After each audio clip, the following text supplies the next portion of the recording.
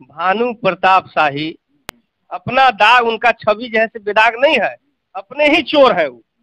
वही हमने कहा कि हेमंत सरकार जी बकस दिए हैं इन लोग को, इन लोग के तो जेल भेज देना चाहिए था सीआईडी जांच करवा करके। ये बाहरी लोगों को ये सब लूट मचा चुके हैं पहले ही, अब जनता इनको लूटने का मौका नहीं देगी। बीजेपी के विधायक भानु प्रताप शाही जी का कहना है कि अबुआ के राज में बबुआ लोग कितना लूट रहा है, एक एक मुखिया 10,000 15,000, गरीब के पास उतना पैसा रहेगा ना, वो लोग आवास का लाभ लेंगे। भानु प्रताप शाही जब नौजवान संघ का गठन किए थे और उसी से चुनाव लड़े थे, विधायक बने थे और मंत्री भी बने थे, तब आपको मालूम होगा कि दवा घोटाला इनके समय में बहुत जबरदस्त हुआ था। जेल जाने से ही बचने का काम इनको, दौड़ रहे फिर रहे थे, ईडी सीआईडी आय से अधिक संपत्ति के लिए दौड़ रहे थे, लेकिन बीजेपी जैसा टैबलेट मिला इनको, खा लिए, अब इनको भ्रष्टाचार से मुक्ति मिल गया। अब तो ये चैलेंज कर रहे हैं कि जब हमारी पार्टी यहाँ से जीत जाएगी उसके बाद जितने भी भ्रष्टाचारियों के घर पे बुलडोजर चलवाएंगे। वही हमने कहा कि हेमंत सरकार जी बकस दिए हैं इन लोग को, इन लोग के तो जेल भेज देना चाहिए था सीआईडी जांच करवा करके, अभी आय से अधिक संपत्ति के मामले में। भानु प्रताप शाही मैंने कहा कि दवा जो सबसे जैसे गरीबों को देने वाला, मरीजों को देने वाला चीज है, उसका हजारों करोड़ रुपया घोटाला किया था, उसका जांच अभी तक चल रहा है। तो चोर मचाए शोर वाला हिसाब है भानु जी का।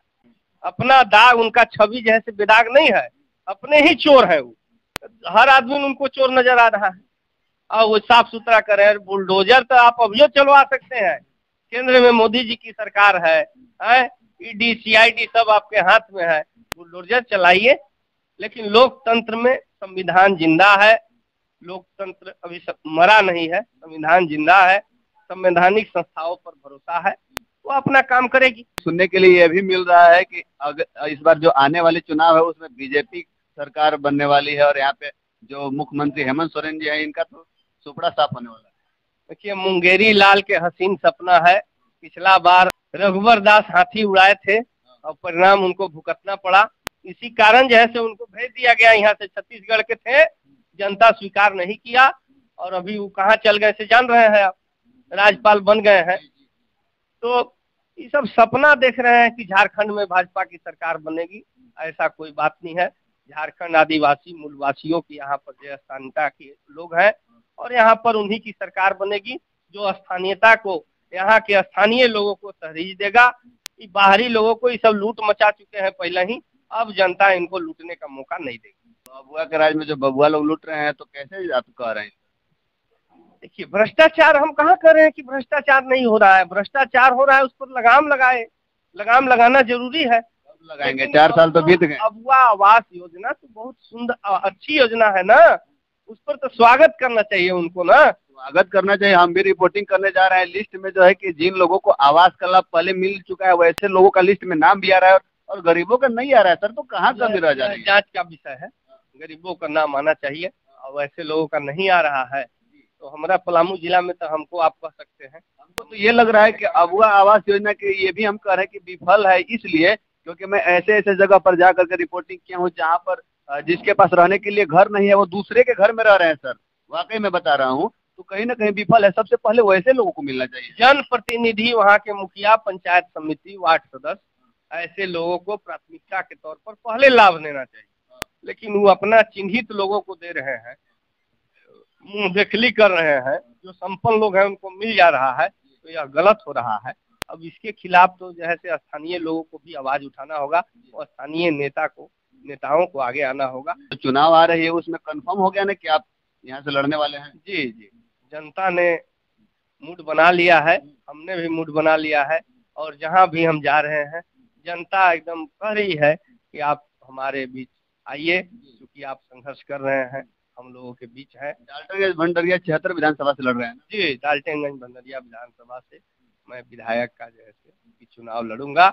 जो यह सब ताकतें हैं जो गरीबों के जैसे कुचलने का काम कर रहे हैं, विधायक आलोक चौरसिया, बाबूजी जैसे गरीब के लेके आंदोलन इनका करते थे, इनका बाबूजी के नाम सुने थे, अनिल चौरसिया जी, उसके नाम पर फुटबॉल टूर्नामेंट करा रहे हैं। आज अनिल चौरसिया के आत्मा भी वहां से रो रहा होगा कि गरीब के काम करने वाला हम और हमारा बेटा अमीर के गोद में खेल रहा है। ये भी तो आप देखे होंगे कि सदन में आवाज उठाए हैं आलोक कुमार चौरसिया, बोले यहाँ डाल्टनगंज में जो पुल है जी, पुल पे जो है कि जाम लग जाता है इतना, तो अलग नया पुल बनाने की मांग की है। सब नौटंकी है उनका सरकार था भाजपा के, राज्य में भाजपा के सरकार, केंद्र में मोदी सरकार, राष्ट्रपति भाजपा के, उपराष्ट्रपति भाजपा के, उस समय सवाल उठा के नहीं बना सके, आज नौटंकी कर रहे हैं कि आवाज उठाए। अंतिम समय जब आने वाला है, सब नौटंकी है उनका, नौटंकी बंद करे। यहाँ के डाल्टनगंज की जनता जान चुकी है कि वह सिर्फ अमीरों के लिए काम करते हैं और उन्हीं के पिछलगू बने हुए हैं, गरीबों का कोई काम नहीं हो रहा है। वोट गरीब के ले लिए हो, पुल के लिए जो आवाज उठाए थे उसमें तो हम सभी का फायदा, सभी के लिए फायदा था। अच्छा है, लेकिन आवाज खाली उठाने से नहीं ना होगा। आपका कार्यकाल था उस समय, बनवा न लेना चाहिए था आपको। किसी कारणवश उस समय नहीं बना, लेकिन अभी तो बनना चाहिए। अच्छा किए, स्वागत किए, आवाज उठाए तो अच्छी बात है। इसका आवाज तो उठाए, लेकिन उनकी आवाज मुख्यमंत्री जी को, विधानसभा में स्पीकर होता है, वह संज्ञान लेगा तो काम कराएगा। ये तो हमारे बस की बात नहीं है।